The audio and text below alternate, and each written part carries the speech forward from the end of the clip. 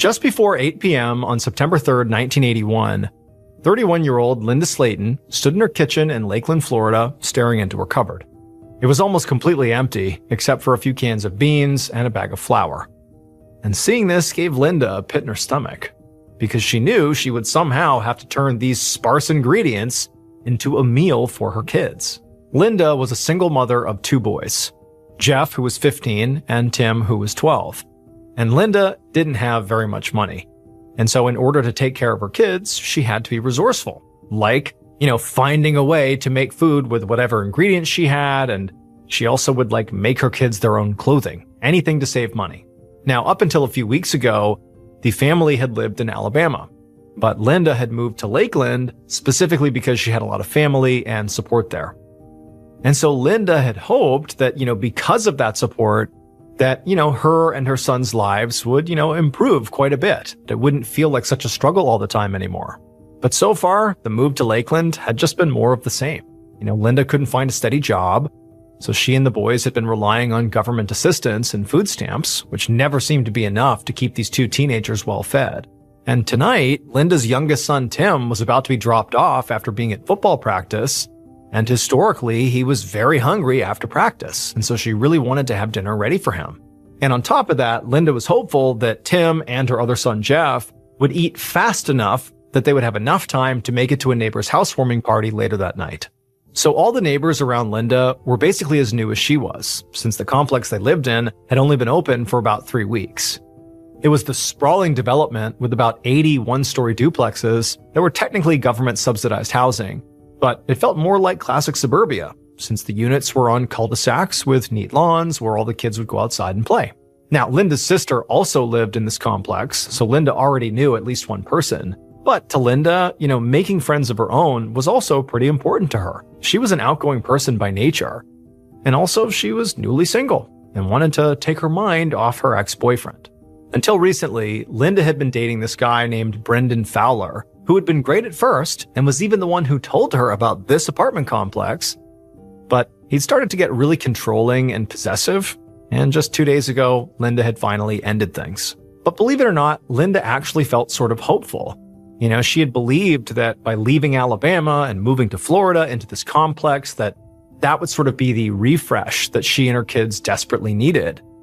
But the truth was, it sort of seemed like actually the true reset had been the breakup with Brendan just a couple of days earlier.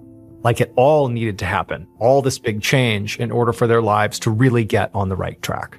And so, feeling optimistic, Linda looked into the cupboard at her limited ingredients and suddenly realized she could actually do a quick bean casserole with just these couple of things. So she grabbed the cans and the flour, and she got started. About a half an hour later, Linda pulled a beautiful golden brown casserole out of the oven and set it on the counter to cool. And that's when her older son, Jeff, wandered into the kitchen to see if dinner was ready. Linda told him it was, but they needed to wait for Tim to get home from football first. And when she said that, Jeff sort of blew up at her. He said he was really hungry right now, and there was basically no food in the house, and so he couldn't even eat anything else to tide himself over, like, come on, let me eat. Now, Jeff's reaction made Linda pretty mad, but at the same time, it didn't really surprise her. I mean, Jeff had been talking back to her a lot lately, and the two of them seemed to fight all the time. Linda knew he was sort of just being a typical teenager, and he was really hungry, and so he's testing her limits. But she was just getting really sick of it. And so before she could even really think about it, she snapped back at him and said, well, if you don't like it here, you can leave. And at that, Jeff literally stormed out of the house and slammed the door behind him. Linda went to the window and watched her son pick up his bike and pedal off down the road. After that, Linda sighed and walked over to her phone and called her mom. She assumed, Jeff, her son, would go to her parents' house since they lived nearby. And when Linda's mother picked up, Linda warned her that Jeff might be there soon and he'd likely want to eat. Her mom said that was fine and they would drop him back off after dinner. Then her mom said she actually was glad that Linda called because another letter came. And as soon as Linda heard that, she felt this wave of anxiety come over her because she knew what kind of letter she was talking about.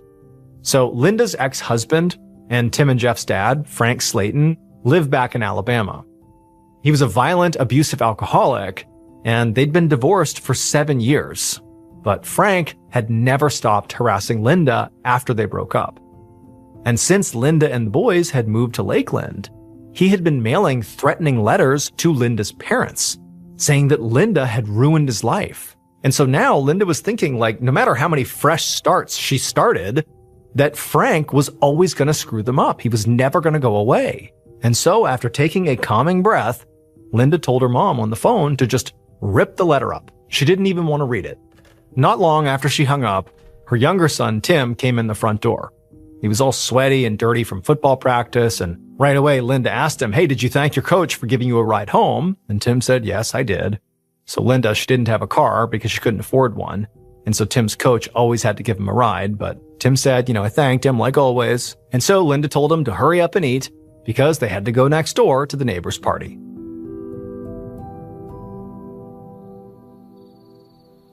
Hours later, after 11 p.m. that evening, Linda and Tim walked home from the party through the dark apartment complex. There were 7 other people who had been at the party, and it had been a lot of fun.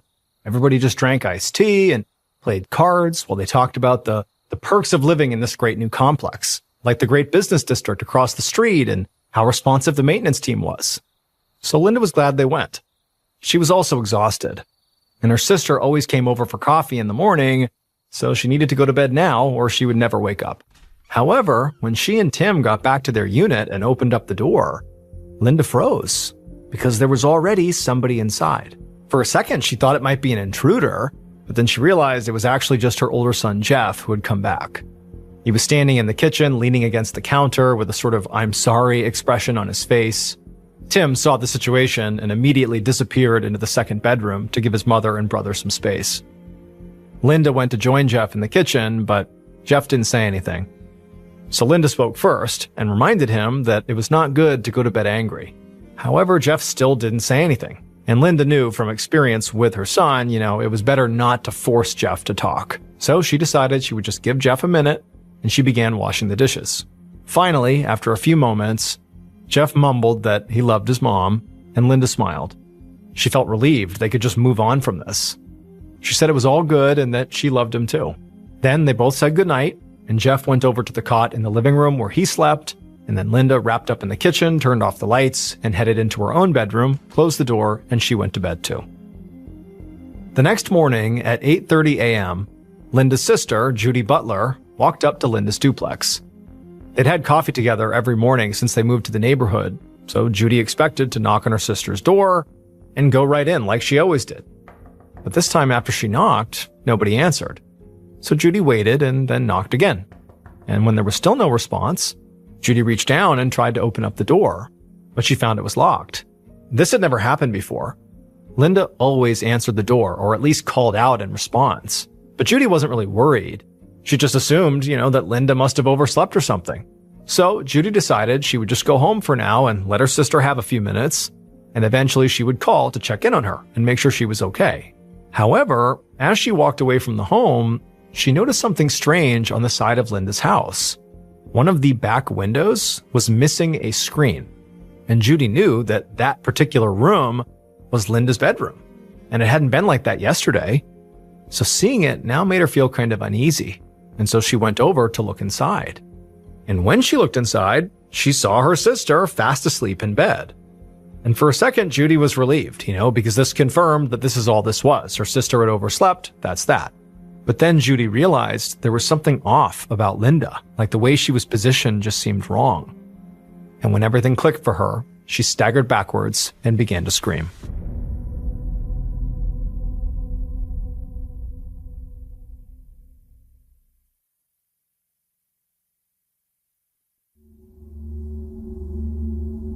By 9 a.m. on September 4th, 1981, a crowd of reporters and police officers surrounded the duplex in a Lakeland, Florida housing complex where a woman had reported seeing a dead body. In the middle of all the activity, Sergeant Edgar Pickett of the Lakeland Police ducked under some crime scene tape and headed to the home's walkway with a bag of equipment slung over his shoulder. So Pickett was actually just a year away from retirement after 2 decades as a detective, and for the last few years, he'd been the head of Lakeland's crime scene unit, which meant he oversaw the collection and documentation of evidence at crime scenes. And so he wasn't the lead investigator on this case, But when it came to forensic analysis and fingerprint collection, he was the best they had. He'd already been briefed on the situation and knew that this was very likely a homicide, and the victim had been identified as 31-year-old Linda Slayton. Linda had been found in her bedroom by her sister, who had asked a nearby maintenance worker to call 911. Pickett also knew that when the first responder got inside the house, they found that Linda's 2 kids were still asleep and appeared to have no idea their mother was deceased in the next room, which Pickett knew would give investigators somewhat of a timeline to start with. Linda was clearly awake when her kids went to sleep and must have died sometime during the night while her kids were still sleeping.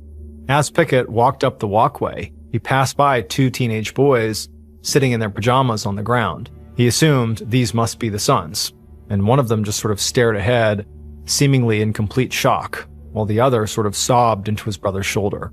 Pickett wasn't sure if anybody had spoken to them yet, but he knew they would likely be really helpful in focusing his search for evidence. Since they lived in the house, they'd know the habits and patterns of everybody who lived there, and might be able to tell him if anything seemed out of place. So Pickett made a mental note to make sure to check in with the investigators inside about that.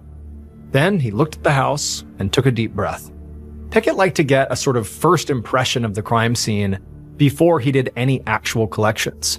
So before he would go in, he would walk around the entire house and sort of assess the building. He had been told that all the doors were locked when the police first got there. And from what he could see, the bedroom window with the missing screen was the only sign of a potential break-in. So he took out his kit and spent some time dusting around that window area for prints. But he didn't find much there, or any noticeable shoe impressions in the dirt outside. And then when he finally headed inside, Pickett quickly moved past all the officers and detectives that were already in there and went straight to the bedroom. And the first thing he saw when he got inside was Linda's body on the bed with a metal coat hanger wrapped around her throat. The sheets around her were covered in blood, and she was shirtless, and the bottom of her dress was pulled up. And when Pickett got closer, he saw where the blood had come from. There were long, very deep scratches on Linda's neck, which he guessed were from her nails as she tried to pry the hanger away. He'd have to wait for the autopsy, but it was clear from her wounds that the hanger had been used to strangle her. And considering she was partially naked and the positioning of her clothes, he guessed she had also been likely sexually assaulted. Pickett stepped back and looked around the room, trying to decide where to start. He needed to find as much forensic evidence in this room as possible. So the first thing he did was try and guess what happened and how the killer might have interacted with the crime scene. That way he could follow their sort of imagined path with more intention. He figured the killer must have come in through the open window, since that was the only entrance into the house that was obviously tampered with. Linda's purse and jewelry were still on the dresser, and the drawers were all closed, as opposed to open and rifled through, so it didn't seem like the killer had touched any of that stuff, which also meant this likely was not a robbery gone wrong. In fact, it seemed like the first and only thing the killer had done was come in through the window and attack Linda, because aside from the bloody bed, Pickett didn't see any signs of a struggle. So Linda was likely caught off guard by a very fast attack and unable to really fight back quickly, because if she did, the room would be a huge mess. But then Pickett caught a glimpse of Linda's closet, and he noticed the clothes were all hanging on metal hangers that looked identical to the one that was around Linda's neck. And that's when it hit him. The killer must have at some point been in the closet, hiding. He supposed the killer could have broken in first and then grabbed a hanger once the attack started, but that would have taken too much time and also given Linda a chance to get off the bed or fight back or yell out and maybe wake her sons up. It was much more likely that the killer had broken in earlier, hid in the closet, and then waited until Linda was in her bed asleep to come out and attack. If Pickett was right about that, this became definitely a premeditated, thought-out murder, which meant the killer must have either known Linda personally or had been watching her, since they would have known when to sneak into the room and not be detected. At this point, Pickett took out his gear and began thinking how he was going to begin looking for evidence. He figured he would start at the window and spend some time there, and then he would go to the closet. Those would be his 2 primary areas. And so once he had that plan in mind, he went to the window and he began looking for evidence, and sure enough, after only a few minutes of dusting, he smiled. Because there, on the ledge, was a very clear, well-defined handprint.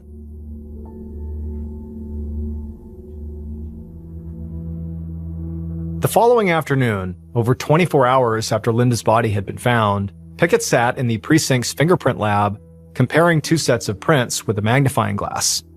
He'd been at it for hours already, so his head was pounding.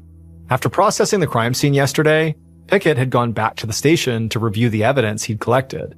And while he was there, he decided he would go check in with the detectives to get an update on the case. And what they would tell him is they had spoken to the neighbors, as well as Linda's family, and they did have a few solid leads and a timeline.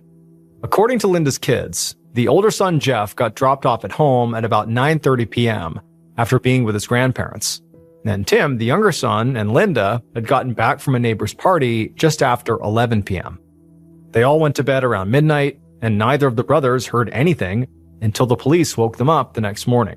And all of this had led the investigators to agree with Pickett's initial interpretation of the scene, that Linda's attack was very fast.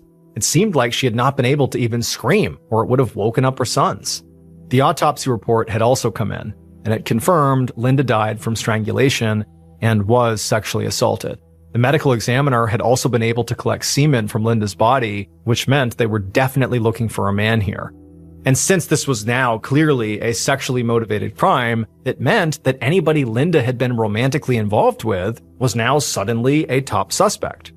After speaking with Linda's family, the detectives discovered that Linda had two serious ex-partners. She had her ex-husband, Frank Slayton, and an ex-boyfriend named Brendan Fowler. Frank apparently had abused Linda when they were married and still sent her very threatening letters. And Brendan was apparently very possessive with a bad temper, and Linda had broken up with him just 2 days before her murder. And so some officers were already out looking for both of these men, and Pickett was eager to get both of their prints. But for now, Pickett was actually more focused on Linda's neighbors. When the detectives had done their canvass initially, the neighbors they spoke to had confirmed that Linda and her younger son Tim were indeed at that party. And since these neighbors were some of the last people to see Linda alive, they weren't just witnesses, they were suspects. And so Pickett had collected fingerprints from all the men at that party who didn't have an alibi for the period of time after Linda went home. And that's what he was working on now, comparing those prints to the print he had found on the windowsill. So far, none were a match, but they had also gotten blood samples from the neighbors, and so Pickett would have to test those as well.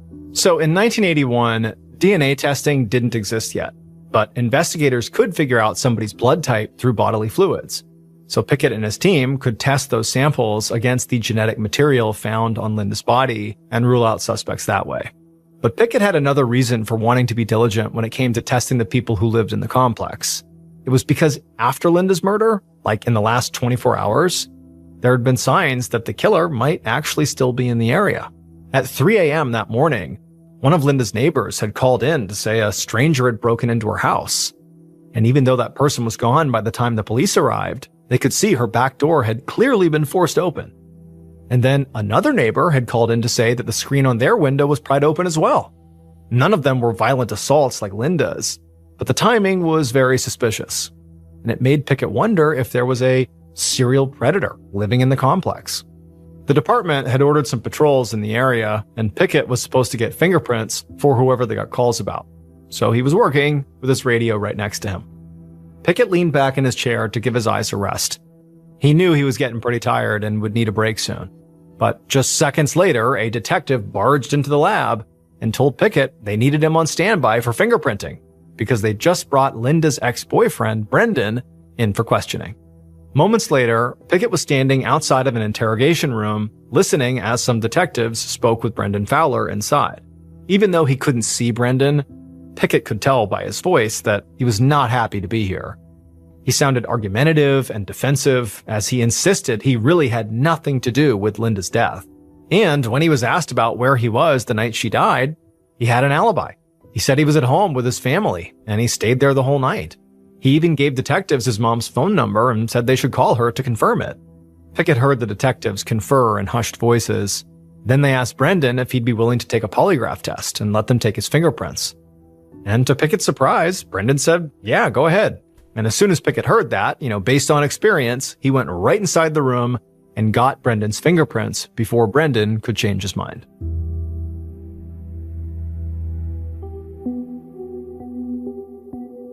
On September 11th, So 1 week after Linda's murder, Pickett sat down at his desk and opened the newspaper, and what he saw made him cringe. The Lakeland police chief had just given an interview where he admitted they would not be making an arrest now or in the next few days. And reading that in print reminded Pickett of just how little they had in this case. None of the neighbors' prints had been a match to the one Pickett had lifted off the windowsill, and they'd tracked down Linda's ex-husband, Frank, but found that he was in Alabama on the night Linda was killed. As for Linda's ex-boyfriend, Brendan, he had seemed pretty guilty at first because during his polygraph, the results had been inconclusive, and his alibi didn't check out. His family had said he was home at one point on the night Linda was killed, but they all went to sleep and couldn't say for sure if maybe he left or not. But when Pickett had looked at his prints, he had no choice but to clear him, because they clearly were not a match. So now Pickett knew the entire investigative team was scrambling for leads, which was why Pickett was not surprised by what he saw when he looked up from his paper. He saw a detective leading a suspect out of a precinct interrogation room after clearly questioning him, and it was Linda's own 15-year-old son, Jeff Slayton, and he was obviously crying. Pickett had heard that Jeff was being looked into as a suspect in his mother's murder, and had already been questioned a few times. Detectives had started getting interested in him when a few of Linda's family members mentioned that, Jeff and Linda had been fighting a lot before she died. And when investigators looked back at the crime scene photos, they realized Jeff's cot in the living room shared a wall with Linda's room. So it was strange he hadn't heard anything on the night she had died. But as far as Pickett knew, Jeff had a reasonable explanation for all of this. He had said that he and his mother's fights were not that serious, and they did fight the night she died, but it was over some dumb argument over what time dinner was. And he said he had no idea why he didn't wake up when she was attacked, because he wished he had so he could have gone in there and helped her. And also Jeff had taken and passed a polygraph test. But for some reason, it seemed like the investigative team was not done with Jeff. And Pickett just sort of felt bad for the kid, because he thought it was very unlikely at this point that Jeff was his own mother's killer. Pickett had kids of his own, and from his own experience, the fights Jeff was having with his mom just seemed sort of like typical teenage behavior, squabbling with their parents. It's pretty normal. And it also just didn't line up with the evidence. Pickett was absolutely certain that the attacker broke in through the window, which didn't make sense for Jeff if he was sleeping right next door in the living room. And Pickett had personally checked Jeff's prints against the one he lifted from the window, and he knew it was not a match. As the days turned into weeks, Pickett was starting to become convinced that the killer might be somebody without a personal connection to Linda. Maybe it was even a stranger. He knew that murders by strangers were much more rare than murders committed by a relative, partner, or friend, which was why he assumed the detectives weren't pursuing it. But through his forensics, Pickett had now eliminated pretty much everybody in Linda's life who had a motive or opportunity to kill her. And Linda was a very attractive young woman who was very outgoing. Pickett thought it was possible the killer could be a stranger who had only interacted with her once and then sort of became fixated on her. It seemed possible. And so after Pickett watched Jeff leave, he tried to go back to the newspaper, but he kept thinking about Linda. He'd been sure this case would be solved quickly by forensics, but now he wasn't sure if it would be solved at all. And that worry only got stronger and stronger as the months went by and fewer leads came in. And before long, a whole year had passed, and it was actually time for Pickett to retire. And when he left the precinct for the last time, he sort of had a pit in his stomach, because he had a feeling that without him, Linda's case was going to get put on a shelf and forgotten.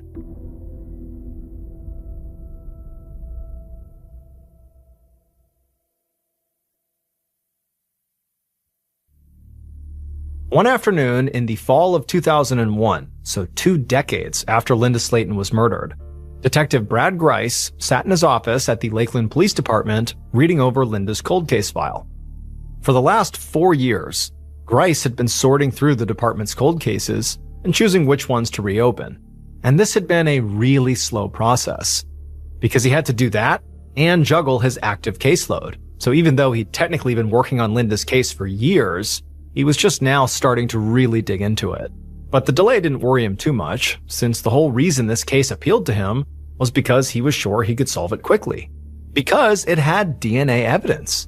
So back in 1981, when the murder actually happened, The genetic material that was found on Linda's body was only good for eliminating suspects through blood type.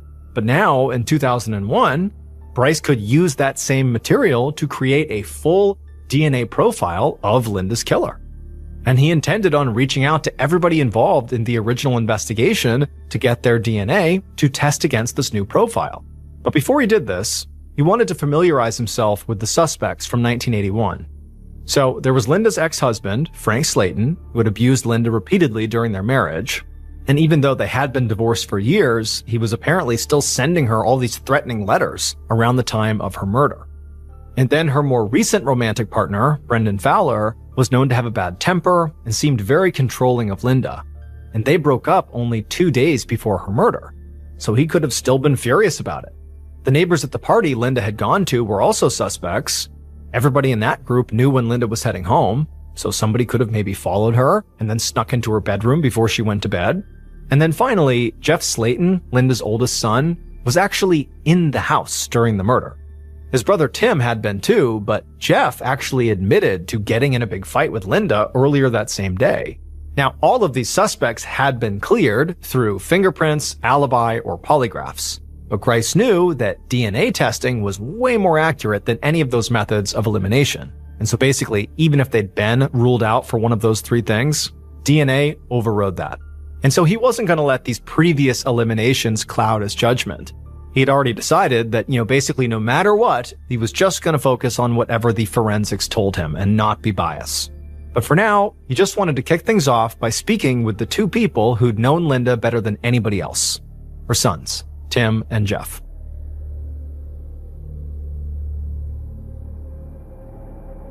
A few days later, Grice walked into a meeting room at the precinct, where he'd been told Jeff and Tim Slayton were waiting.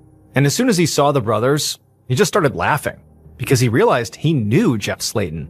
They had bowled together for years, but it hadn't occurred to Grice that this Jeff was that Jeff. And Jeff recognized Grice at the same time. So they spent a while talking and laughing about what a crazy coincidence this was. And so when Grice finally sat down with Jeff and with Tim at the same time, Grice's first line of questioning was actually just pretty emotional. It just was like, hey, how are you guys holding up after this horrible thing? And for the next few minutes, the mood got pretty heavy as the two brothers spoke honestly about how terrible the last 20 years had been. After their mother had been killed, they both said they were terrified that, they were going to get hurt too, because the killer was never caught. They felt like, who's next? Jeff said he slept with a knife under his pillow, and he eventually got so depressed, he dropped out of high school. And Tim admitted he also struggled, but he took a different path. He relied on his football team and friends for support and kept pictures of all of them around his room to remind himself to stay positive.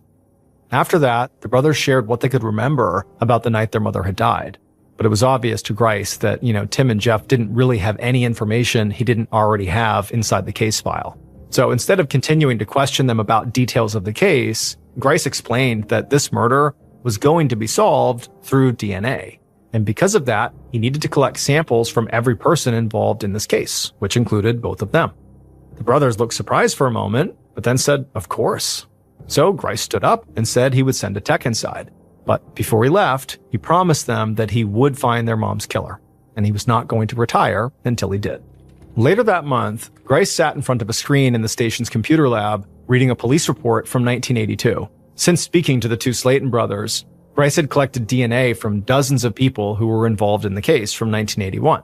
Jeff, Tim, and also Linda's ex-husband Frank Slayton and her ex-boyfriend Brendan Fowler. He'd also tested the blood samples that the original investigators got from Linda's neighbors, but none of them matched the DNA profile for Linda's killer, which was disappointing because it meant that Grice had to basically start from scratch. But when he had gone back to the case notes, he noticed the mention of break-ins around the complex shortly after Linda's murder, and it made him wonder if Linda was killed by a serial predator who was in the area at the time.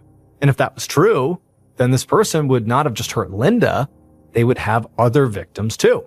So Grice had run the killer's DNA through the FBI's database. And when it didn't match anything in there, he had reached out to the county sheriff's department to see if they could send him any cases that, felt similar to Linda's. And they had sent over the report that he was reading right now. And it felt incredibly promising. So in 1982, a year after Linda's murder, a man named Jimmy Ulmer was arrested for climbing through a 10-year-old girl's bedroom window, then assaulting and strangling her. And according to his file, Jimmy had this long history of home invasions and very violent behavior. And as soon as Grice finished reading the report, he jumped up and went to go find one of his officers. He wanted to dig up as much information on Jimmy as he possibly could and see if maybe they could go track him down.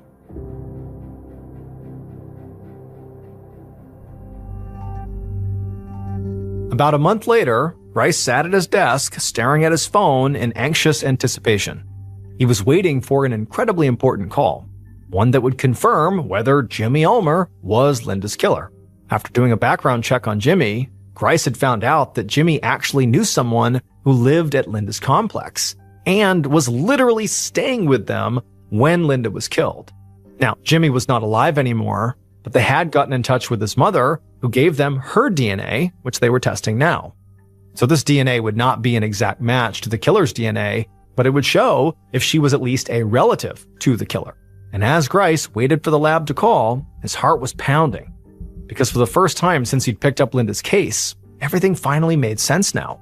Jimmy was this violent serial home invader who had probably seen Linda while staying at his friend's house and maybe stalked her until he saw an opportunity to attack. And then after he killed her, he must have compulsively kept breaking into other homes to find more victims. Just then the phone rang and Grice picked it up, and he could feel his mouth going dry as he heard it was the lab on the other side. He was going to get an answer here. But just a second later, they told him it was not a match. Grice's stomach dropped, but he thanked them anyway, and he hung up. He couldn't believe it. Despite all the suspects and forensic evidence that they had, this case was once again at a dead end. Still, Grice kept pushing forward. As the months passed by, he would regularly find new suspects and eventually clear them. He also kept sending the killer's DNA profile to the FBI to run it through their database in case any new additions were, added in that could be a match. But eventually, over a decade passed by, and Grice still had not been able to match anybody to the killer's DNA. And in 2015, his own health began to decline, and he finally had to make the call he hoped he would never have to make. He picked up the phone and dialed Jeff Slayton's number. And when Jeff picked up, Grice said he did need to retire, and he still had not found his mother's killer. In June of 2019, 4 years into retirement, Grice sat on the deck of his Florida home reading a newspaper. He was deep in an article when his cell phone rang. And when he looked at the ID, he was surprised to see it was from the Lakeland Police Department. He had not gotten a call from them in years, so he immediately picked it up to see what they wanted. And when he did, the person on the other end introduced himself as the detective who had taken over the Linda Slayton case. The detective said they knew Grice was retired now, but they figured he would want to hear this. They said they had hired a genetic genealogist to track down family members of the killer based on the DNA profile that Grice had ordered. And through that process, they had finally been able to get a match. And after they did, they also managed to get the suspect's fingerprints. And those prints did match the palm print that the head of the crime scene unit, Sergeant Edgar Pickett, had taken at the original crime scene 38 years earlier. Grice sat up and listened intently as the detective finally told him who Linda's killer actually was. And when he heard the name, he couldn't believe it. That suspect had been so close the whole time.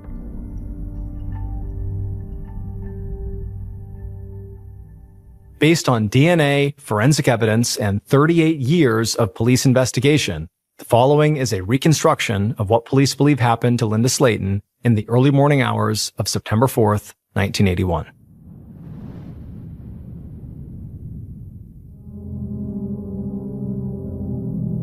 The house was all quiet as the killer waited patiently inside of Linda's closet.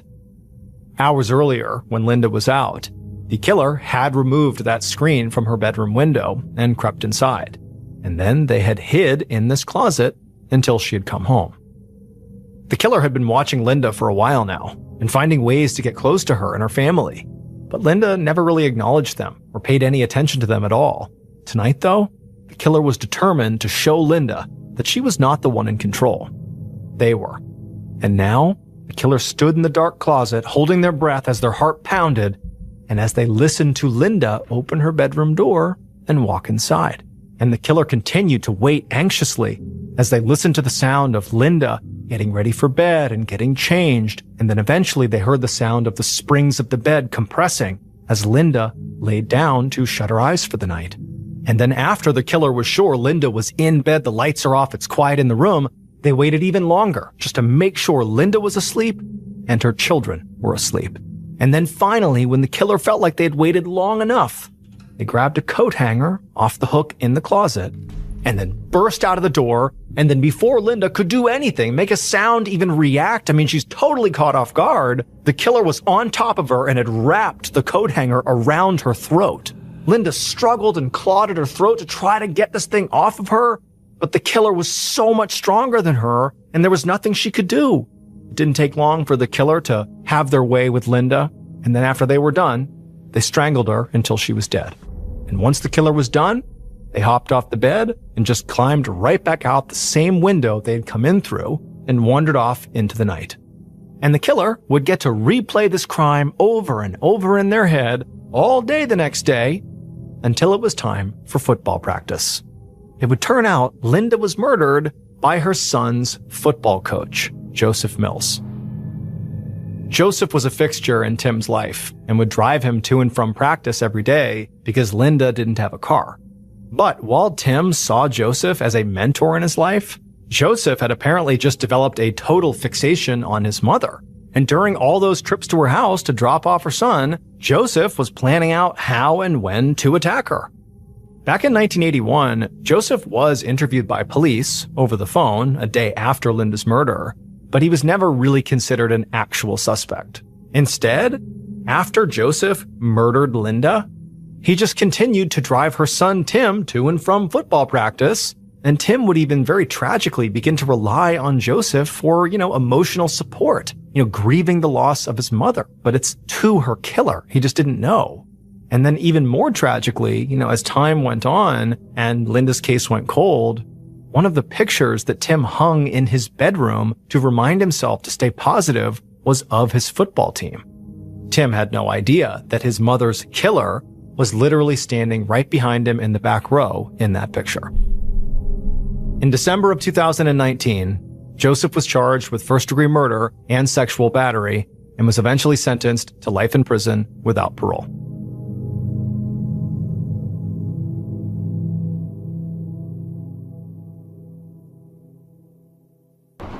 At 5:30 p.m. on November 21st, 2016, Jodi Santoro, who was a 21-year-old mother in Melbourne, Australia, woke up to the sound of her 4-month-old son crying.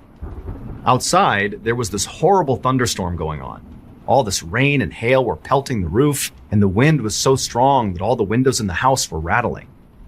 Jodi reached over and grabbed her phone on the nightstand and checked the time, and she saw right away that she had overslept.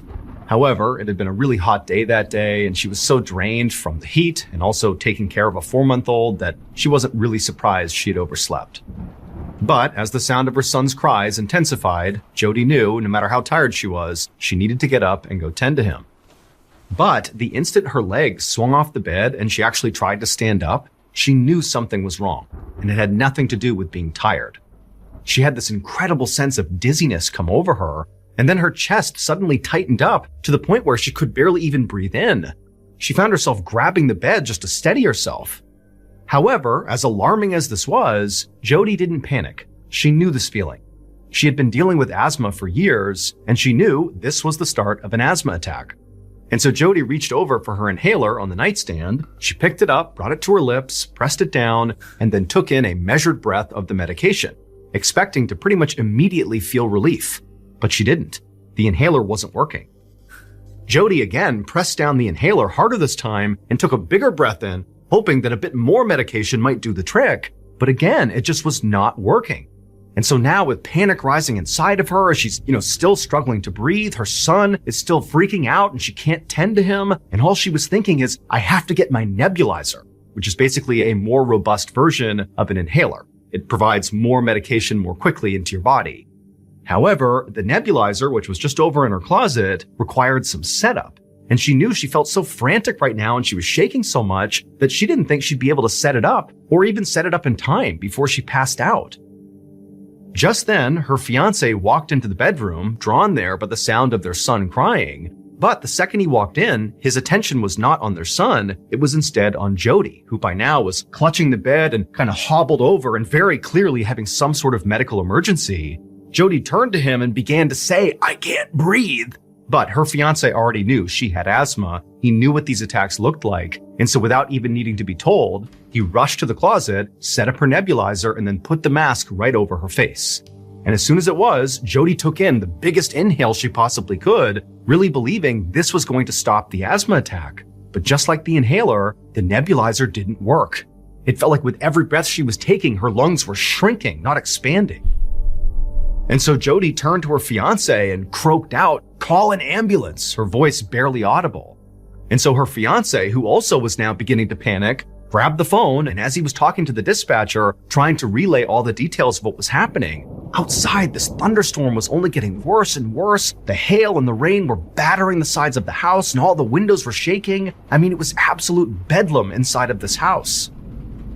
The next few minutes were torture for Jody.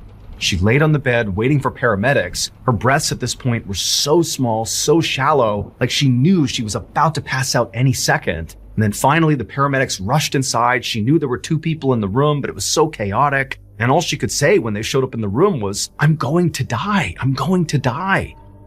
The paramedics lifted her off the bed, they put her on the gurney, and as they wheeled her out the door towards the ambulance, her world went totally black.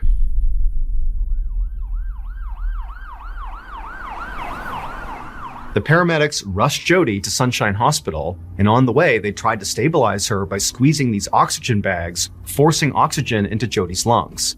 And as they were doing that, Jody's fiancé was following the ambulance right behind, white-knuckling the steering wheel, praying his fiancé was going to survive this asthma attack. When the ambulance finally arrived at Sunshine Hospital, the emergency room was mayhem. Paramedics quickly wheeled Jody in on her gurney, shouting out her vital signs to the doctors waiting near the door. Her fiancé, meanwhile, watched helplessly as the medical staff surrounded her and inserted IV lines, hooked up monitors, and began intubating her to force even more oxygen into her lungs. But fortunately, this rapid medical intervention, once Jody got to the hospital, appeared to work. Because not long after getting there, Jody did begin to stabilize, not enough to suggest that she was actually all better, but her condition basically began to improve. However, the moment she began to improve, instead of the medical team, talking to her and figuring out what happened and making sure she really was on a path to recovery here, instead, the medical team literally ran out of her room back out to the front of the ER because by this point, the Sunshine Hospital ER was overflowing with patients. There were all these people in the waiting room and also outside, and basically everybody had the same symptoms as Jody. They couldn't breathe. There were people slumped on the ground against the wall, screaming for help. I mean, the medical team was totally overwhelmed. And on top of that, there were ambulances literally lined up around the block waiting to drop off patients. There just wasn't any more space. But nonetheless, doctors and nurses and the medical team at the hospital worked furiously, moving from one patient to the next, sometimes in an exam room, sometimes out in the waiting room, sometimes outside. It's wherever the patients were. But the weird thing is all these people, they had the same symptoms, these severe asthma attacks, yet many of the people that were showing up had never had asthma in their lives before. So how was this happening? This went on for hours and hours. And really, the situation in the hospital only continued to get worse, with more and more and more patients showing up with worse and worse symptoms. And so during this madness, Jody, who really hadn't gotten better, she just stabilized, she actually was moved out of the emergency room and over to the ICU, pretty much just to create one more space for new patients. And so in the ICU, Jody's fiancé sat next to her, gripping her hand, listening to the sound of the monitors beeping steadily all around her. Outside the room, he could see doctors and nurses and medical staff sprinting up and down the hallways, looking frantic and worried. He had no idea what was happening here. He just hoped Jody would be okay. But it would turn out there actually was someone who knew exactly what was going on. A university researcher named Philip Taylor had actually predicted this the day before. Professor Taylor was an expert in atmospheric allergens, a field so niche that barely anybody outside of his small research circle had even heard of it. And so on the afternoon of November 20th, the day before, Taylor had been at home in his office analyzing data when he noticed something very alarming. All of the ingredients for a catastrophic event were aligning in the forecast, and the patterns were so precise that it stopped him cold. Taylor was stunned. He'd spent years studying the effects of weather on public health, but he'd never seen anything like this before. And at the same time, Taylor also realized that as alarming as this was, very few other people, if anybody, would see this as a problem. He was like the one person in the world that had the expertise to see how catastrophic this might actually be. And so desperate to warn others, he wound up posting a very urgent announcement on this weather website that he managed, but unfortunately, it just wasn't seen by enough people in time. And so now, as hospitals all across Melbourne overflowed with people gasping for air, Taylor sat in his backyard watching the storm unfold. The sky was pitch black, rain and hail was coming down, the wind was whipping, and off in the distance, all he could hear was thunder and sirens. And he knew, unfortunately, his prediction had been right. Just like Professor Taylor's weather models had predicted, on November 21st, 2016, Melbourne, Australia was hit by an extremely rare event known as thunderstorm asthma. This deadly phenomenon can only occur when three very specific weather conditions align. 1, high heat during the day. 2, a very powerful thunderstorm. And 3, extremely high pollen levels. Melbourne's heat that day had caused unusually high concentrations of ryegrass pollen to hang in the air. And then when that huge thunderstorm rolled in, the intense humidity, the wind, and the rain shattered the pollen grains into microscopic fragments. And then these tiny particles, which were way smaller than regular pollen, were carried by this storm deep into people's homes and into their lungs. Unlike normal pollen, these microscopic fragments bypassed the body's typical defenses and embedded themselves deep into people's lungs, causing severe and sudden asthma attacks. Now, for people who already had asthma, this was catastrophic. But even perfectly healthy people found themselves gasping for air, overwhelmed by the sheer density of this microscopic pollen. The storm had essentially made the air everybody in Melbourne was breathing deadly. As for Jody Santoro, she would spend days in the ICU, hooked up to monitors, with machines pumping oxygen into her lungs while her body fought to heal. But she was lucky. She would eventually recover. And in the days that followed, she would learn the full scale of what actually happened in Melbourne.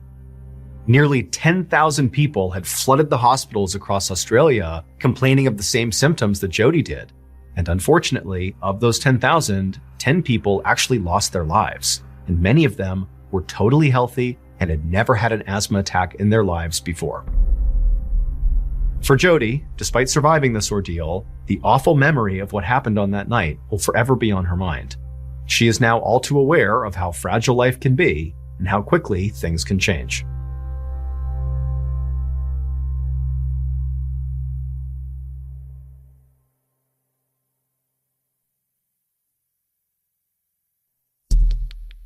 The next and final story is called All in Their Heads.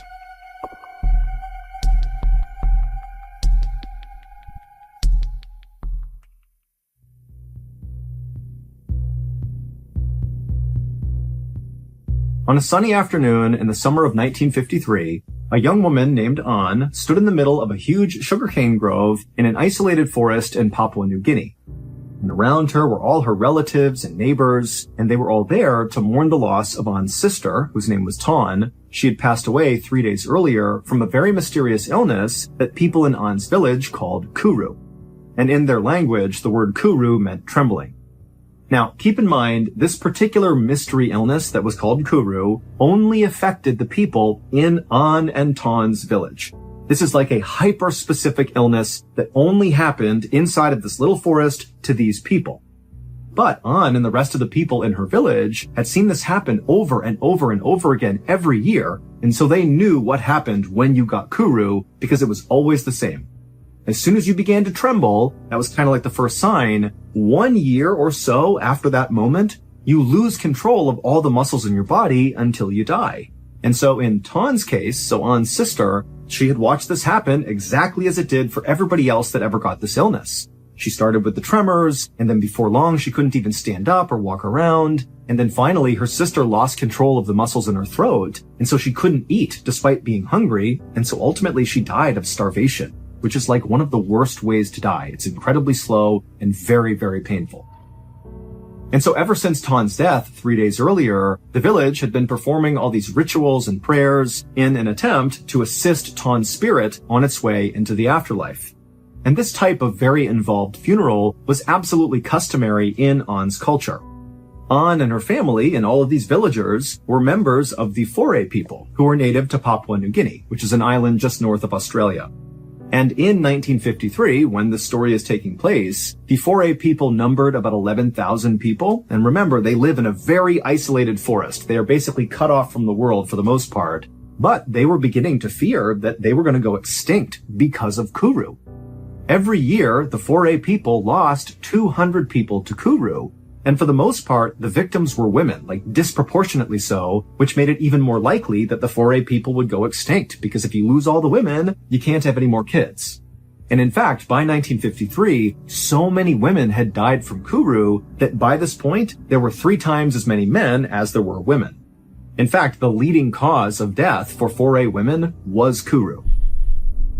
But the Foray people did not view Kuru as just an illness. They actually viewed it as a curse. In fact, that was completely accepted that that is exactly what it was. This is not like getting the cold. Somebody did this to you. Like a sorcerer somewhere, some unnamed sorcerer that's like coming into the forest is targeting these women and cursing them with Kuru. And so the Foray people put on these really elaborate funerals, mostly to ward off these dark magic sorcerers that were casting Kuru spells. And so the Foray people believed that if they just nailed the funeral procedure for somebody who has just died from Kuru, the kind of 3-day long, all these rituals and prayers they have to do, if the village is able to nail it perfectly, then the deceased who's passed away from Kuru, so in this case, On's sister Ton, her spirit, as a result of this perfect funeral, would be able to kind of rise up and actually seek revenge on the sorcerer who killed the person. And so these funerals were basically like kind of taking the dead, rising their spirit, and sending them off to go kill the sorcerer. And so On and the rest of her villagers, they went through this very elaborate process for On's sister, Ton, and at the end of it, they did feel like they had really nailed it. And so they felt confident that Ton's spirit was going to rise up and get her revenge.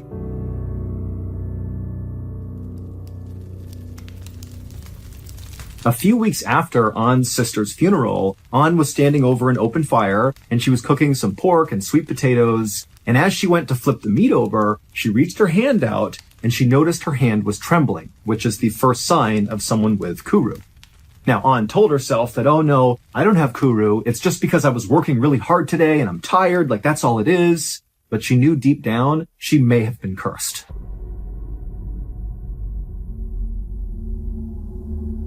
On did her best to kind of hide her trembling hands. However, after about a month from that first time she noticed her hands shaking, she noticed she wasn't really able to stand up without kind of losing her balance because her legs were starting to tremble. And finally, when she basically couldn't even stand up without assistance, this is again only 1 month after that first tremble, she knew she had Kuru. And On already knew that there was absolutely nothing anybody in her village could do to stop this from killing her. Kuru was a 100% death sentence. And so if you got Kuru, it's like the whole village just began prepping for your death because they had to be ready to do this big ritualistic funeral. And so imagine that. You have this mystery illness or curse or whatever you want to think it is, and you're just counting down the days until you die. But for On, even though she had seen this happen so many times before and just kind of knew there's nothing she could do, she couldn't stand the idea of having this horrible, slow, painful death. And so she decided, you know what? I'm going to do something drastic that basically nobody else had done before who had Kuru. So for context, at this time, the Foray people had been totally isolated from other people in the world for thousands of years. They basically lived in this little part of Papua New Guinea in the forest, and nobody else contacted them. They were totally isolated. However, starting in the 1950s, some Australian colonists and researchers and police actually began kind of making their way in and around the Foray people's area. So they were making contact, albeit not necessarily direct contact, But the 4A people were seeing basically white people wandering around in and around their forest from time to time. And it was always very shocking when they would see these people because they dressed completely differently, they looked totally different. I mean, it's like two worlds totally colliding. And generally speaking, Anne and the rest of the people in her village, they did not like having these Australian people kind of wandering around. But Anne is thinking, the people in my village, the 4A people, they have no solutions for me. So maybe these Australian people that have kind of popped up, maybe they have some answers about what I can do to stop myself from dying from this horrible curse. Keep in mind, by going out and seeking help from these outsiders, it was like Anne would be breaking a huge custom. This is so taboo for the 4A people, and very likely, even if she was able to find a solution from these outsiders, it's not clear if she would have been welcomed back into her village. And so this is a truly desperate measure she's taking, but she really felt like she had no choice. So, even as her body trembled from Kuru, Anne managed to stand up using a stick, and she began kind of hobbling her way quietly and discreetly out of her village, something that she really never did. And eventually, after hobbling her way out of sight of the 4A people, she began making her way through the woods, and she eventually came to a clearing where there was this house. And it was obvious this is not a house that the 4A people have built. This is somebody from the outside who's built something kind of near where they were living. And so Anne wandered up to this house, not really sure what to do, but she went up and knocked on the door. And a second later, it opened up. And it's this Australian anthropologist named Ronald Burnt, who actually Anne had seen before. He had been coming through her village a couple of times, attempting to interview people to learn more about the 4A people. She knew that nobody wanted to talk to him, but she had seen him before. And so she was relieved. This is someone that I'm somewhat familiar with. And so as Ronald is staring back at her, and Ronald's pretty tall and skinny, he's got glasses on, he's dressed like a typical Australian in the 1950s, and he's looking at Anne, and Anne begins to try to tell him what's going on with her. And as she began to talk, the words she was saying were coming out all garbled, and she realized that the Kuru curse was now affecting her throat, the muscles in her neck, and she was not able to speak. But as it happened, Ronald, who was very familiar with the 4A people, he could tell, based on just the way she was acting and how desperate she looked, that very likely this woman was here because she believed she had Kuru. And Ronald, who had learned about Kuru after studying the 4A people, he had done some research on it, and he believed it was entirely psychosomatic, that this was not an actual illness. Basically, he believed Kuru was acute hysteria, that these 4A people were just going crazy and convincing themselves that they had this illness, and I guess that kind of manifested their death a year later. And so Ronald interrupted Anne, who again is struggling to talk, and he was able to communicate to her in her language that you do not have Kuru, you are hysterical, this is in your head, and you should go now. And then he shut the door on her. And Anne had no idea what to do. She was embarrassed. She was terrified that maybe somebody from her village had seen her come out here. And so just trembling and feeling so alone and so scared, she turned around and just went back to her village.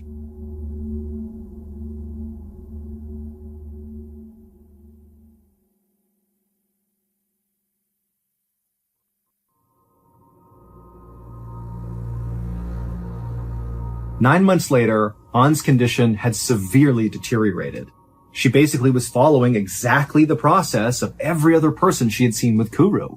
She had lost virtually all the control of her body. She could barely sip water. She was feeling absolutely horrible. I mean, she knew she was closing in on death, and she had not gone back out to try to get help from outsiders. That interaction with Ronald had kind of destroyed her hope. And so she did go back and just was kind of waiting to die, just like everybody else in her village did. But for Anne, the physical symptoms of Kuru that she was experiencing were undoubtedly terrible, but they were not as bad, at least to Anne, as the other side of Kuru. So in addition to referring to this curse as Kuru, which meant trembling, sometimes 4A people would refer to this curse, this illness, as the laughing death. And it's because during the terminal stage, so the end stage of Kuru, when you're just about to die, you just begin laughing. It doesn't matter what you're thinking about. This is not an actual laugh. You're not thinking something's funny. It's like you could be weeping and totally depressed because you know you're going to die, but you keep hysterically laughing, which makes your whole body sore from constantly laughing over and over again. And Anne was beginning to experience that. She would be weeping and laughing at the same time. And think about this. Everybody else who's in the village, they know what this means. And so their preparations for her death are only getting more and more ramped up. They're getting ready for the big ritualistic funeral they're going to give to An. And so An, as she's hysterically laughing, is fully aware that everybody's just waiting for her to die. And finally, just a few weeks after she had begun the laughing side of Kuru, An would pass away, almost exactly 1 year from when she first noticed the trembling in her hand when she was cooking over that fire. After An's death, more and more people just kept on getting Kuru. And over the next 7 years, it was like clockwork. 200 plus 4A people died from Kuru every year, and nobody had any idea how to stop it. It just became a part of their lives. And again, they kept getting closer and closer to being extinct. It was this really terrifying time.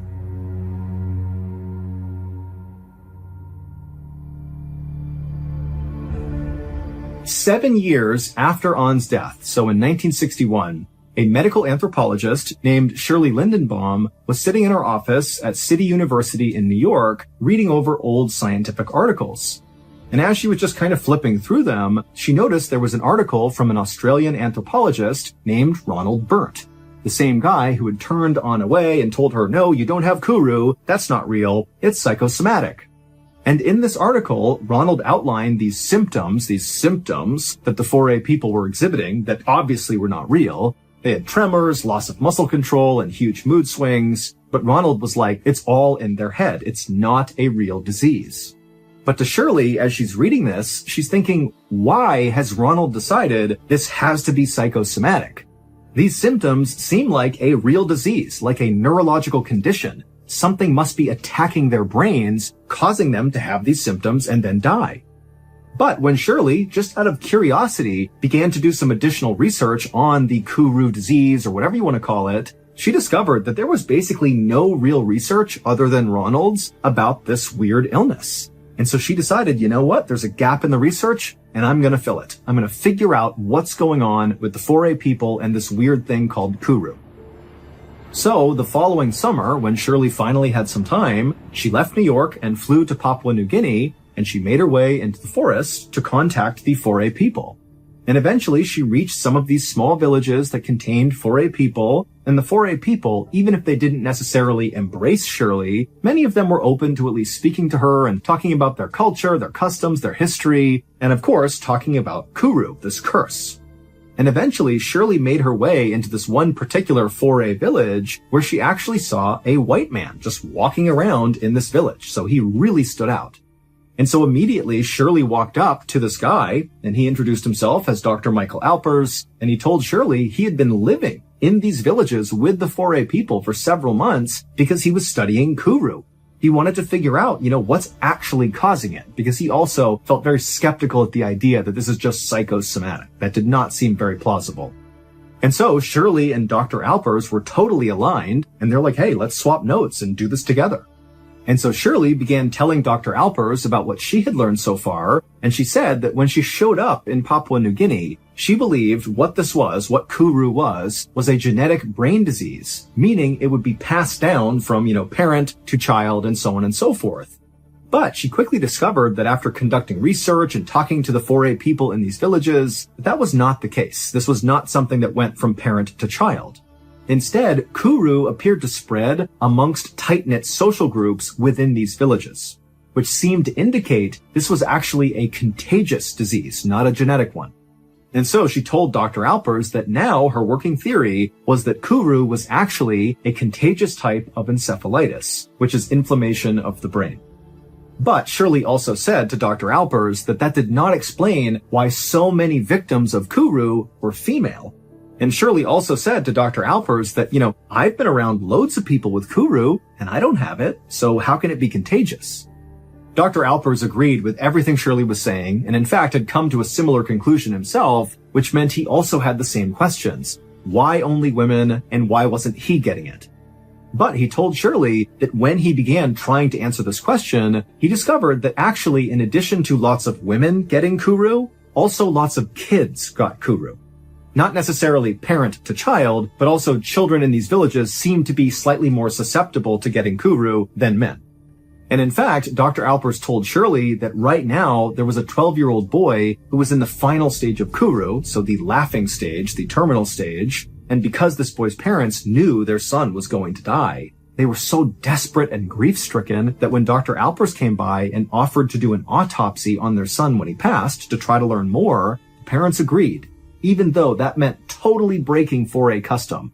So this was like major taboo decision. But again, the 4A people are getting more and more desperate as they go closer and closer to the brink of extinction from Kuru.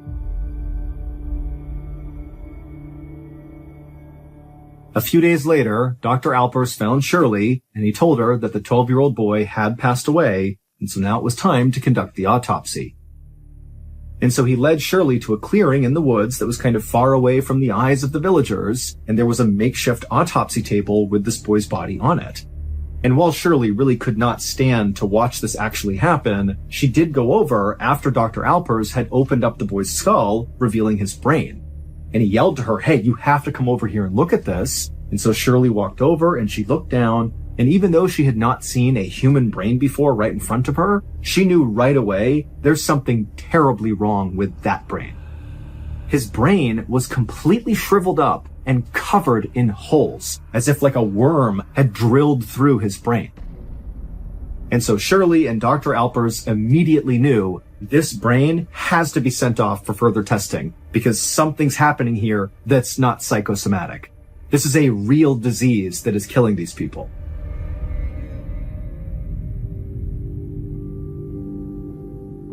About a year later, Shirley was back home in New York in her office when she received a letter from a research team at the United States National Institutes of Health, or NIH for short.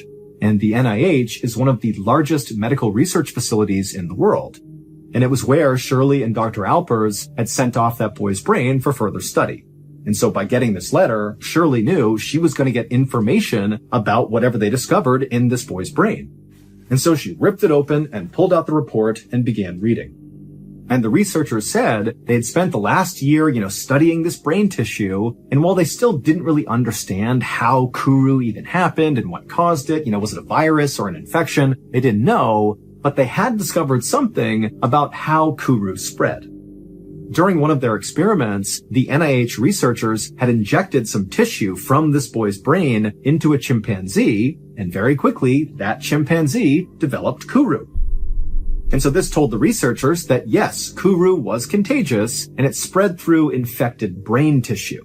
But how one person's infected brain got into another person's brain was the big mystery. But at least they had found something.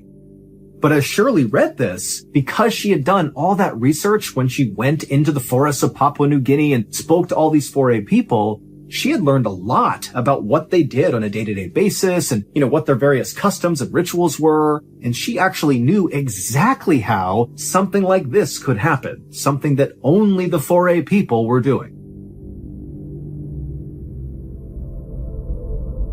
During her research in Papua New Guinea, Shirley had learned that 4A people believe all humans have 5 distinct souls. There was that one soul that 4A people believed they could basically summon up out of a deceased person that would then go avenge that person's death. So think about how all those people who died from Kuru, they believed that was a curse from some sorcerer. And so a big part of that funeral process was to call out that soul to go avenge their death, go find the sorcerer and kill them. But that was just one soul. There were 4 others. And of these 4 others, there was one called the Quila, which was the most dangerous. Quila meant flesh in the 4A people's language, and this soul was like a manifestation of death and decay, because that's what our flesh does. It just kind of gradually dies all the time. And so they looked at the flesh as being a really bad thing. And so they believed after someone died, their flesh needed to be stored properly. Otherwise, it would pollute the air and cause more death and decay for other people that were still alive. And the safest place, according to the 4A people, for the Quila to be stored, so human flesh, was inside of a woman's body. And the reason for this is 4A people believe women's bodies are much more resilient than men's, and so if anybody could withstand holding Quila inside of them, it would be the women. But there was a very specific process that the 4A women had to follow in order to kind of put this Quila inside of themselves. And multiple 4A women had explained this totally bizarre process to Shirley when she was out there talking to the people in the village. The way it worked is a few days after a 4A member has passed away, this huge feast is prepared. Except the feast only consists of the quila. Basically, the person who is dead is chopped up and prepared by the women, like their entire body gets consumed. Now, keep in mind, anybody hearing about this who's not a member of the 4A people would be like, oh my god, that's horrible. But to 4A people, this ritualistic cannibalism was actually an act of love. The idea was, by having these women consume the quila, consuming the dead person, you're protecting the living because you don't want the quila out and about polluting the air, and you are respecting the dead. But remember, kuru got spread through infected brain tissue.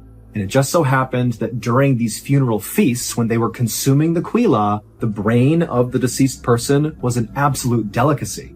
And so the brain was reserved for close female relatives of the deceased person. And so during An's sister's funeral, so when Ton passed, what do you think An ate? She ate Ton's brain.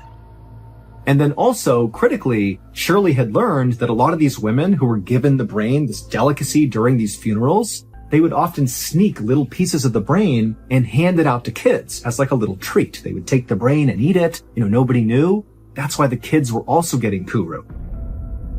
And so a few years after this incredible discovery by Shirley about how kuru was being passed along, the Australian colonial government banned the practice of ritualistic cannibalism in Papua New Guinea. Basically, they were telling the 4A people to stop eating the dead. It's what's killing you.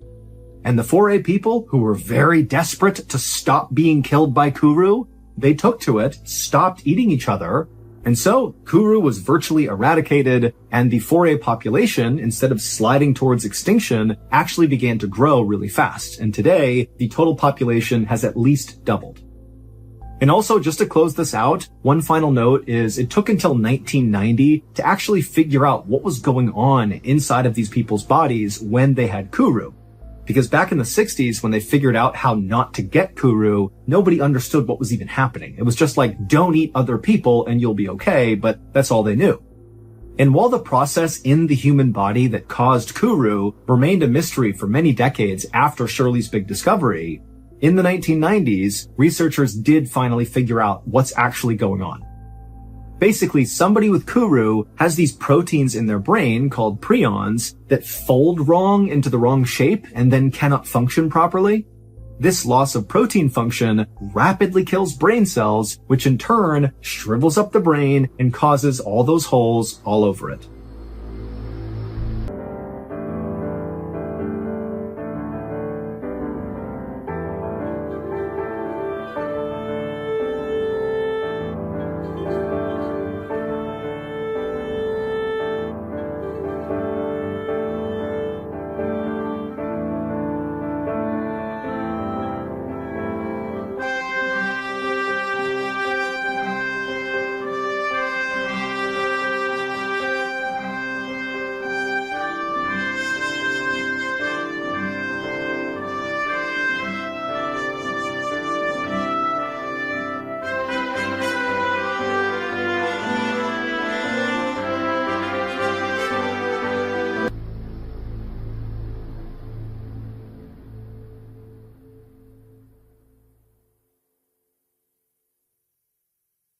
A quick note about our stories. They are all based on true events, but we sometimes use pseudonyms to protect the people involved, and some details are fictionalized for dramatic purposes. The Mr. Ballin podcast, Strange, Dark, and Mysterious Stories, is hosted and executive produced by me, Mr. Ballin. Our head of writing is Evan Allen. Our head of production is Zach Levitt. Produced by Jeremy Bone. Research and fact-checking by Shelley Shue, Samantha Van Hoos, Evan Beamer, Abigail Shumway, and Camille Callahan. Research and fact-checking supervision by Stephen Ear.